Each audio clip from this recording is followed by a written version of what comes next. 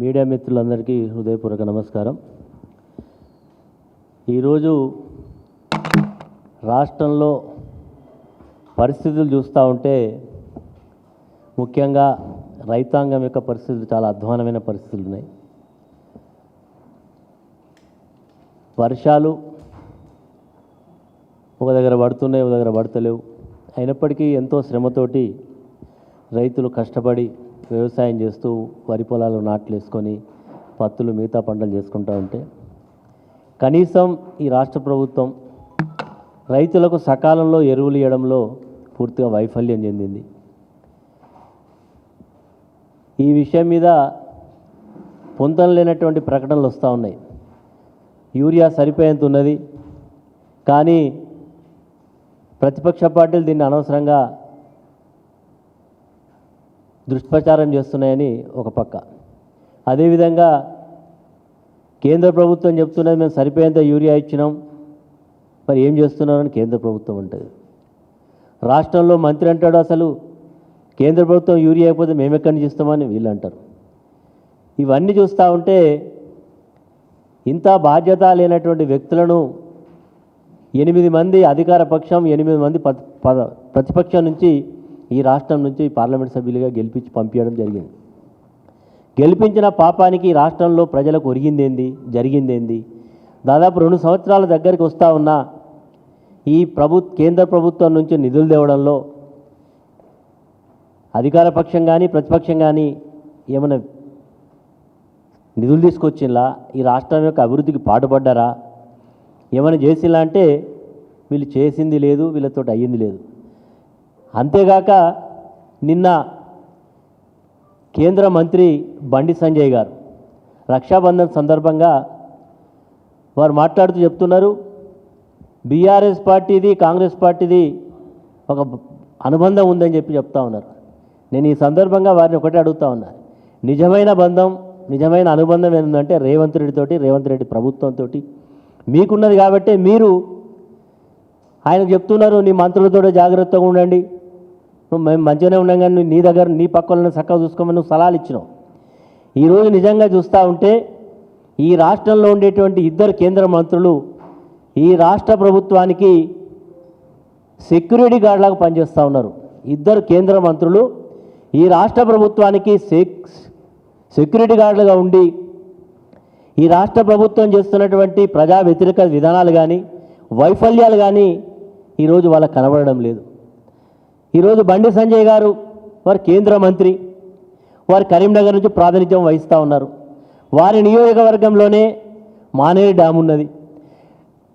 మరి గతంలో కేసీఆర్ గారు ఈ రాష్ట్ర ప్రయోజనాలను దృష్టికొని, రైతుల ప్రయోజనాలను దృష్టిలో పెట్టుకొని కాళేశ్వరం ప్రాజెక్టు కట్టించి దాదాపు 5 సంవత్సరాలు నీళ్ళిచ్చి రైతు పంట పొలాలు ఆదుకుంటే ఇప్పటికీ ప్రభుత్వం వచ్చిన 2 సంవత్సరాలలో కనీసం మోటార్లు ఆన్ చేయకపోతే కూడా అడగలేనటువంటి నిస్సహాయ స్థితిలో ఉన్నది బండి సంజయ్ గారు.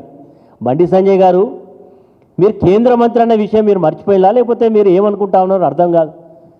ఈరోజు ఒక బాధ్యత కలిగినటువంటి హోదాలో ఉన్న మీరు పూర్తి బాధ్యత రాహిత్యంతో మాట్లాడుతూ ఉన్నారు. ఈరోజు మీ పార్టీ నాయకులు చర్చించుకుంటా ఉన్నారు, నిజమైనటువంటి సెక్యూరిటీ గార్డ్స్గా మా నాయకులు ఉన్నారు కాబట్టి ఈ ప్రభుత్వం చేసేటువంటి వైఫల్యాలను మేము క్షేత్రస్థాయిలో తీసుకెళ్ళలేకపోతున్నామని మీ శ్రేణులు చర్చించుకుంటా ఉన్నారు. మీరు ఈరోజు గతంలో మీరు ఎమ్మెల్యేలుగా ఓడిపోయిన వాళ్ళే ఈరోజు నరేంద్ర మోడీ గారి పుణ్యం వల్ల మీరు ఎంపీలు అయి ఉండొచ్చు.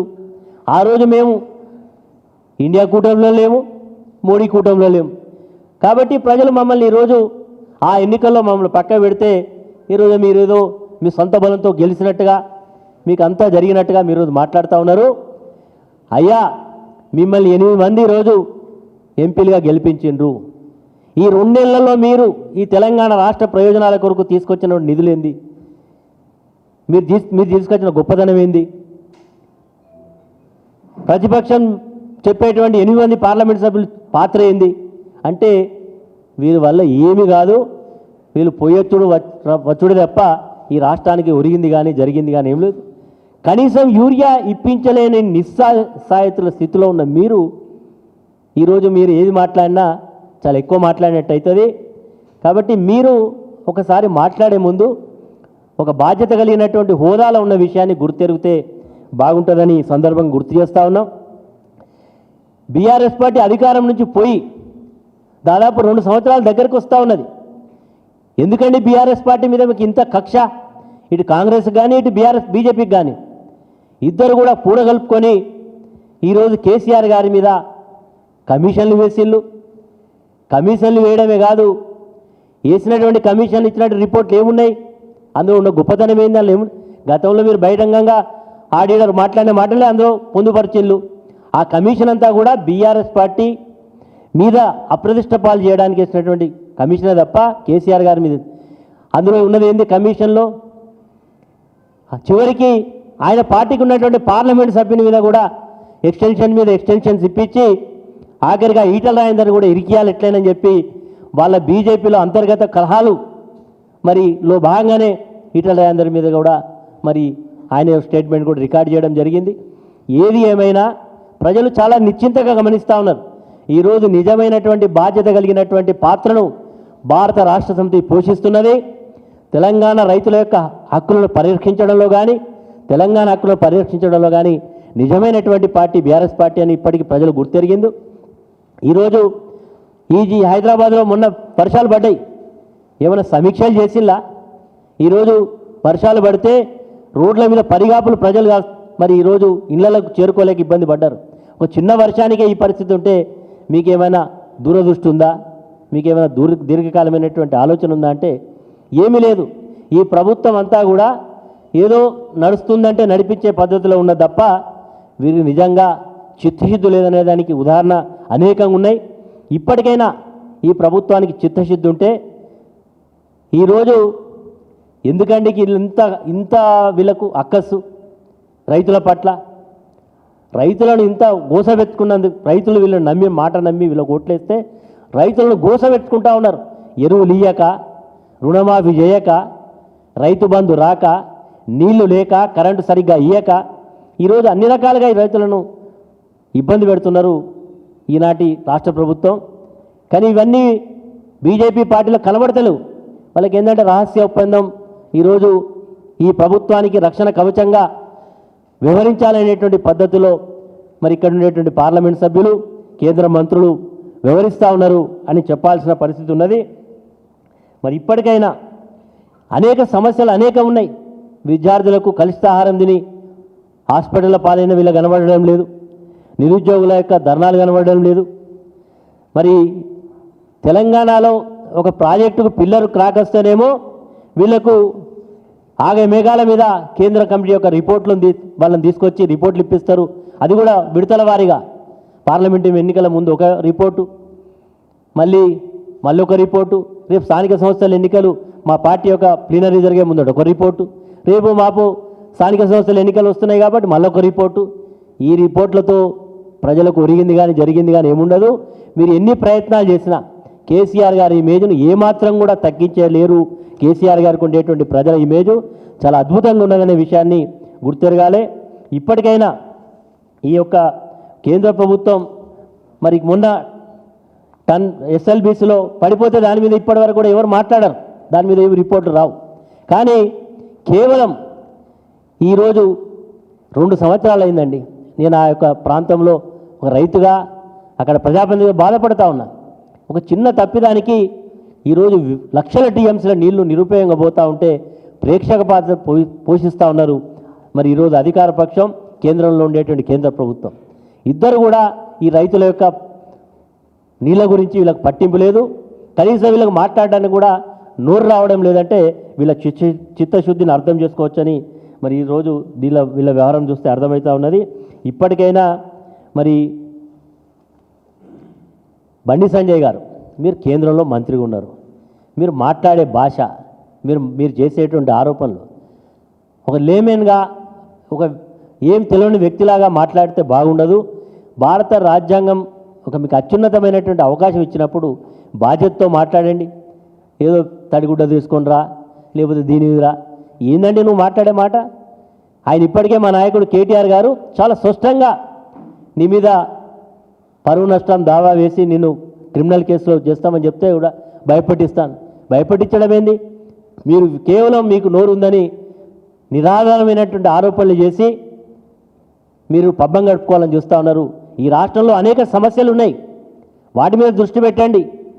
యూరియా దొరుకుతలేదు, దాని మీద మీరు నరేంద్ర మోడీ గారి దగ్గర పోయి యూరియా ఇప్పియండి, రైతులను ఆదుకోండి.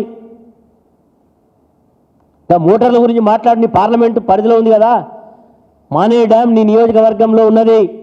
నీ నియోజకవర్గంలో ఉండేటువంటి అనేక రైతుల పొలాలు ఎండే పరిస్థితి ఉన్నది, అది మాట్లాడు. ఎంతసేపు అధికారం పోయి 2 సంవత్సరాలైనా వీళ్ళకు కేసీఆర్ ఫోబియా పట్టుకున్నది ఇద్దరికి, ఇటు బీజేపీకి అటు కాంగ్రెస్. కేసీఆర్ అంటే భయం, కేసీఆర్ అంటే గారు ఒక భయంతో మాట్లాడుతూ ఉన్నారు. ఎన్ని చేసినా ప్రజాక్షేత్రంలో ఖచ్చితంగా ఈ ఇరు పార్టీలకు రేపు ఎప్పుడు సందర్భం వస్తే అప్పుడు తగిన గుణపాఠం చెప్పడానికి ప్రజలు సంసిద్ధత ఉన్నారనే విషయాన్ని గుర్తెరిగితే బాగుంటుందని ఈ సందర్భంగా గుర్తు చేస్తున్నాం. ఈరోజు ఇది చాలా విషయాలు ఉన్నాయి. ఈరోజు ఈ రాష్ట్రంలో ఉండేటువంటి మీరు ఈరోజు 2 సంవత్సరాలైంది. ఈ రాష్ట్రానికి కేంద్ర ప్రభుత్వంలో 2 మంత్రులు ఉన్నారు. ఏం చేసింది? ఈ రాష్ట్రానికి ఏమైనా తీసుకొచ్చిందా? నిధులు తీసుకొచ్చిందా? ఏమైనా ప్రత్యేకంగా జరిగిందా? ఇక చివరిగా కాంగ్రెస్ పార్టీ మొన్న అద్భుతమైనటువంటి ఒక డ్రామాను నడిపిల్లు. ఇక్కడ బీసీలకు రిజర్వేషన్ ఇచ్చినట్టే సంబరాలు, పాలు వాళ్ళ శిలాపలకాల వాళ్ళ ఫోటోల మీద పాలు పోసుకోవడాలు, సంబరాలు అన్నీ అయిపోయినాయి. ఢిల్లీకి తీసుకెళ్ళి సినిమాను అయిపోయి ఇప్పుడు మళ్ళీ పట్టించేలతో వచ్చిళ్ళు. ఈరోజు నైతికంగా 42% రిజర్వేషన్ ఇప్పించలేకపోతే ఈ రాష్ట్రంలో రేపు జరగబోయేటువంటి ఎన్నికల్లో ఓట్లు అడిగే నైతిక హక్కు కాంగ్రెస్ పార్టీకి లేదు. ఎందుకంటే ఆ రోజు కామారెడ్డి డిక్లరేషన్లో అనేక హామీలు పొందుపరిచి ఓట్లు అడిగినరు. మరి ఈరోజు మీరు కేవలం ప్రజలను, బలహీన వర్గాలను మభ్యపెట్టి ఓట్లు వేసుకొని అధికారాన్ని అనుభవించాలని చూస్తున్నారు తప్ప మీ యొక్క పనితనంలో చిత్తశుద్ధి లేదనేది చాలా స్పష్టంగా కనబడ్డది. కాబట్టి నైతికంగా మీరు ఓట్లు అడిగే హక్కు లేదు. భవిష్యత్తులో మరి సందర్భం వచ్చినప్పుడు అసలు ముఖ్యమంత్రి గారు కూడా ఆ పదవిలో కొనసాగడానికి అర్హుడు అవుతాడా కూడా తీసుకోవాల్సిన పరిస్థితి ఉంటుందని సందర్భంగా తెలియజేస్తాం.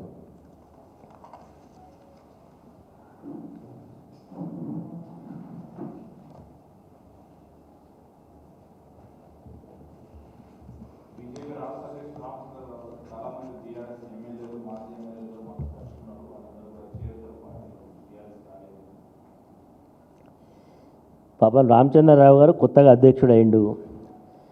ఆయన కూడా అనేక వాళ్ళ పార్టీలో ఆధిపత్య పోరులో అంతిమంగా ఆయనకు అవకాశం వచ్చింది.